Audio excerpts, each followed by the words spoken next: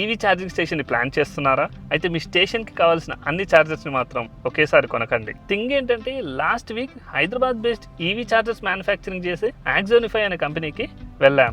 EV chargers మీద మాకున్న డౌట్స్ని clarify చేసుకోవడానికి వాళ్ళ CEO అండ్ ఇంజనీర్స్తో డీటెయిల్గా డిస్కస్ చేశాం. అక్కడ మేము తెలుసుకున్న బిగ్గెస్ట్ థింగ్ ఏంటంటే రోజు రోజుకి ఈవీ ఛార్జర్ టెక్నాలజీ చాలా ఫాస్ట్గా ఎవాల్వ్ అవుతుందని.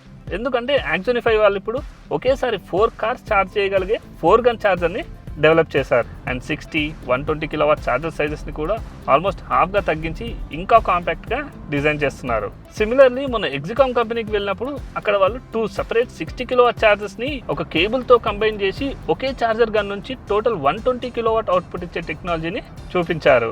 అప్పుడు మాకు ఒక విషయం అర్థమైంది.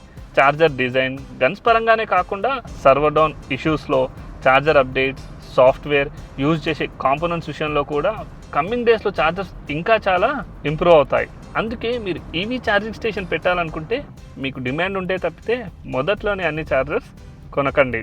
ముందు ఒక 60, 120, 120, 180 లేదా 240 కాంబినేషన్తో స్టార్ట్ చేసి టెక్నాలజీ ఇంప్రూవ్ అయ్యే కొద్దీ లేటెస్ట్ ఛార్జర్స్ని ఇన్స్టాల్ చేసుకోండి. So EV charging station start చేయడానికి కావాల్సిన చెక్ లిస్ట్ కోసం చెక్ లిస్ట్ అని కామెంట్ చేయండి. Will send PDF.